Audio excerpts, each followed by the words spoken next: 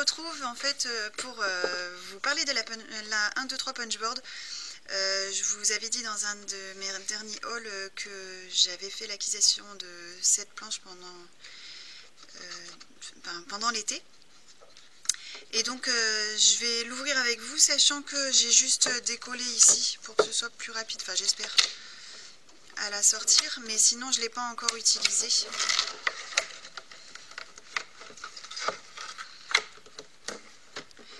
Donc il y a la planche.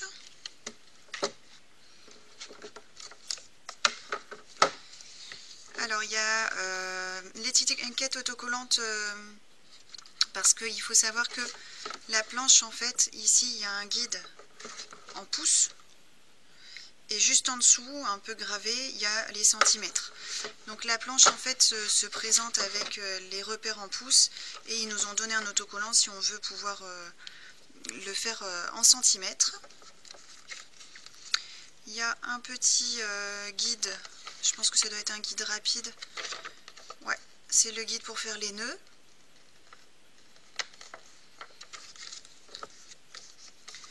Et ici, on a le livret d'instructions et d'idées. Sachant qu'on a plusieurs possibilités avec cette machine. On a les enveloppes, les nœuds, donc les enveloppes, les petits nœuds à mettre sur les boîtes.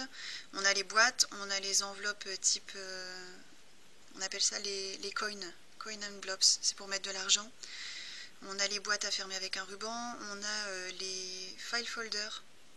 Donc les intercalaires, enfin bref, il y a plusieurs possibilités avec la machine, sachant que moi aujourd'hui je vais vous montrer les trois principales, c'est-à-dire l'enveloppe, le nœud et la boîte, et je ferai une autre vidéo sur les différentes possibilités, c'est-à-dire celles qui sont indiquées ici, mais aussi d'autres que j'ai réfléchi ou alors que j'ai trouvé, et je vous mettrai bien sûr les liens des vidéos qui m'ont inspiré. Donc on va commencer avec l'enveloppe.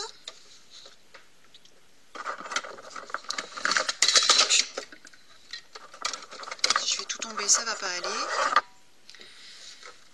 Donc vous avez la taille de la carte. Ici. Vous avez la taille de la carte, la taille du papier nécessaire pour faire l'enveloppe, et ensuite le guide de perforation et de pliage. Donc, sur 8,5. Donc on va faire ça.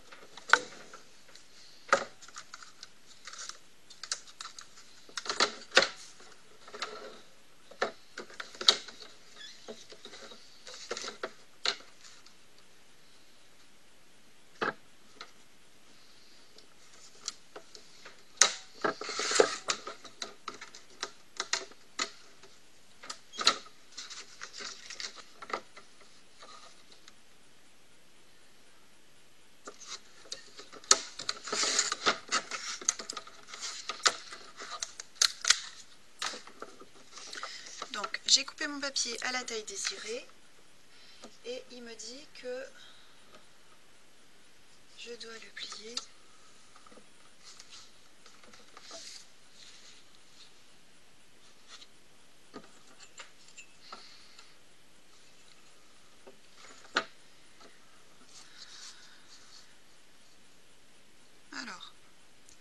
donc je dois perforer et plier à 6.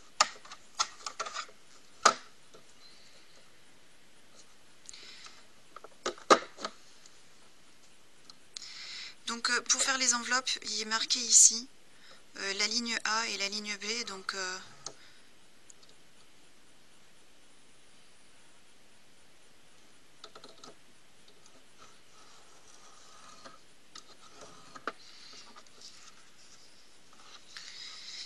et ensuite on aligne simplement la ligne gauche avec le guide.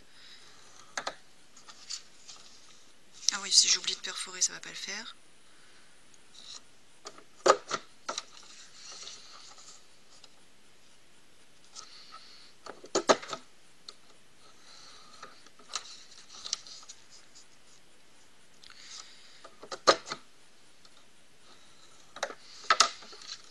Voilà, donc on ne peut plus simple.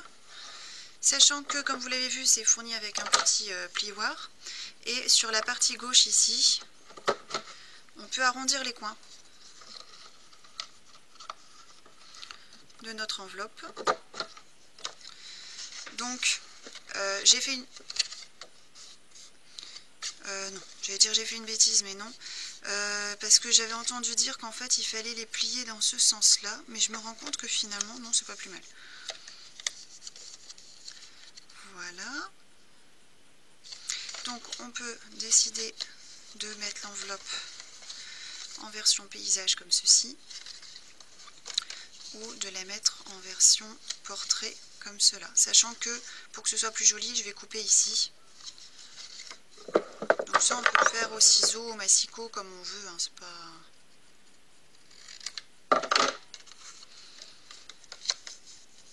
Voilà. Comme ça, c'est tout joli. Donc, je vais juste mettre un point de colle ici.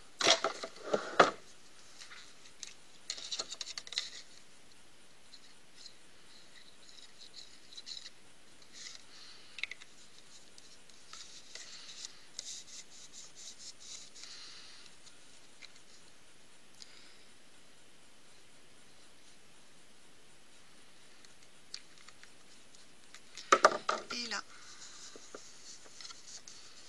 Et notre enveloppe est faite. Super rapide. Donc on va passer au nœud. Alors pour faire le nœud, donc on va faire un petit. Hein. Donc il me faut un papier de 2,5 de haut sur 15,2.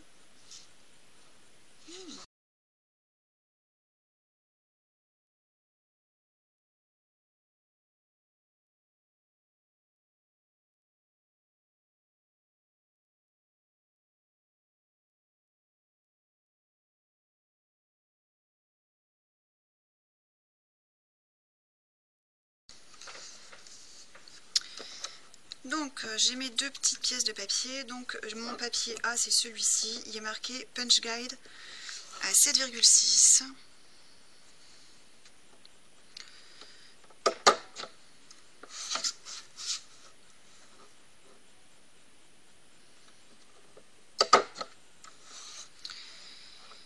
Ensuite ici il y a un petit trait où il est marqué guide pour le nœud. Donc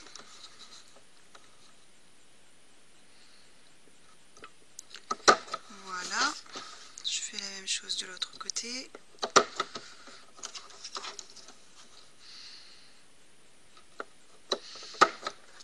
Et voilà, ma première pièce est faite. Et donc pour la seconde, je dois la faire à 4,4.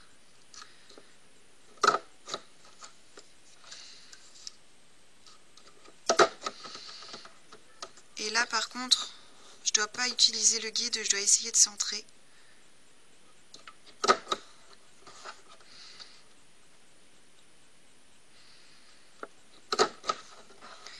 Voilà, je vais utiliser du double face pour que ce soit plus rapide. Hop là. Pardon.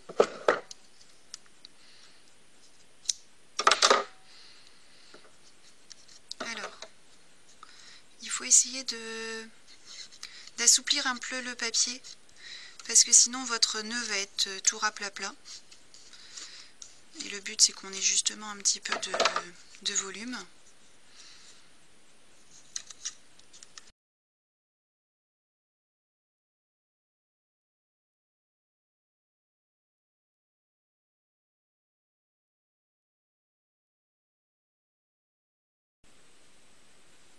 Yes. Donc,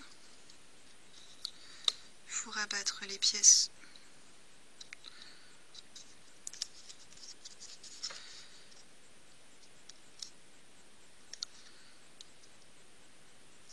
Voilà.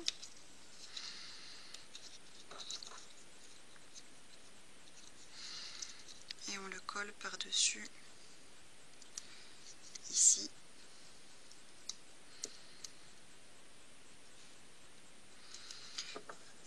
besoin d'une petite pièce de papier pour faire le centre, sachant que ça, c'est pas une obligation, c'est-à-dire que ça termine le nœud, mais vous pouvez également mettre une petite strass ou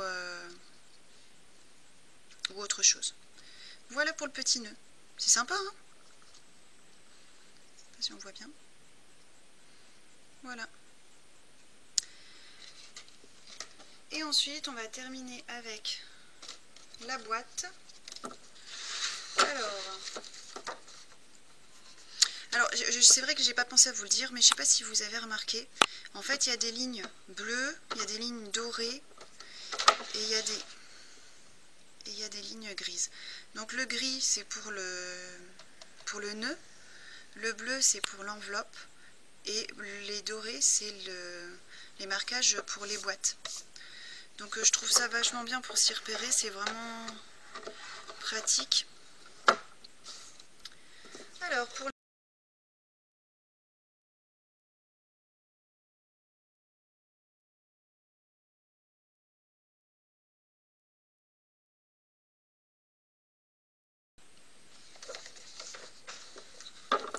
donc j'ai mon papier pour la boîte.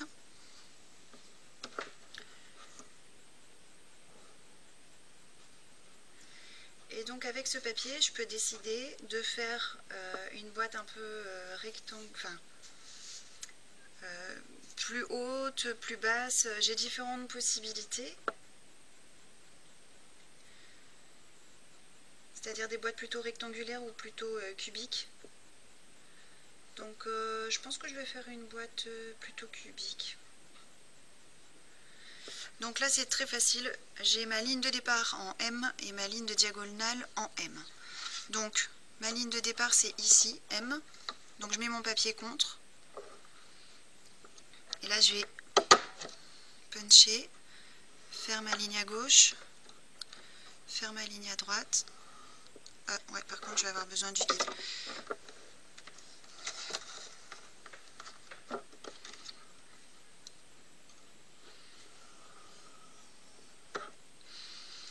Et ici, j'ai M pour faire ma diagonale. Ce qu'ils appellent la ligne diagonale. Voilà. Donc là, pareil. Je me mets en M. Je perfore. Je fais ma ligne à gauche. Ma ligne à droite. Et ma diagonale. Je continue.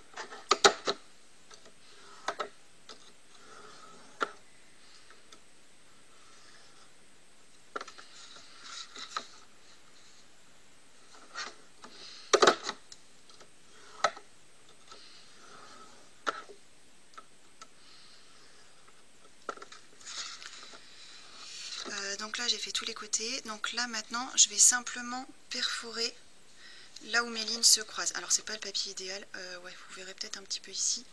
Vous voyez là j'ai mes lignes qui se croisent, donc je vais devoir perforer ici. Et on ne fait que perforer.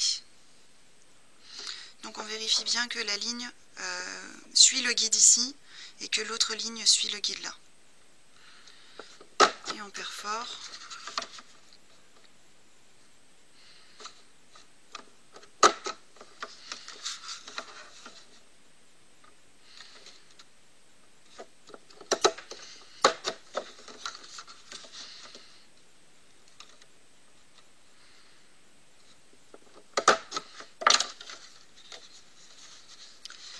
Voilà, donc maintenant on n'a plus qu'à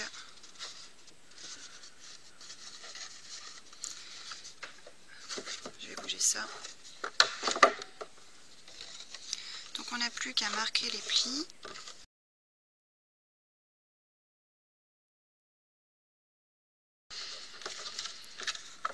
Et en fait, votre boîte, elle va se former toute seule, puisque les diagonales ont déjà été tracées. Vous n'avez plus qu'à les rabattre. Et donc, comme je vous l'ai montré, en fait, il y a un guide qui permet d'agrandir. Et donc sur cette partie-là, on peut arrondir les angles. Et sur cette partie-ci, je vais vous montrer tout de suite.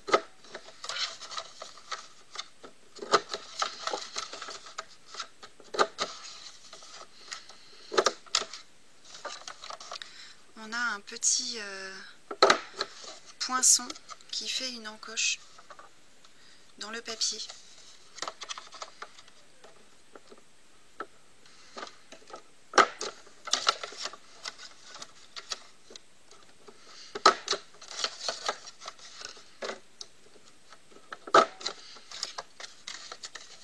Ce qui fait que quand vous fermez votre boîte, vous pouvez accrocher les deux petites parties du couvercle sans avoir besoin de ruban.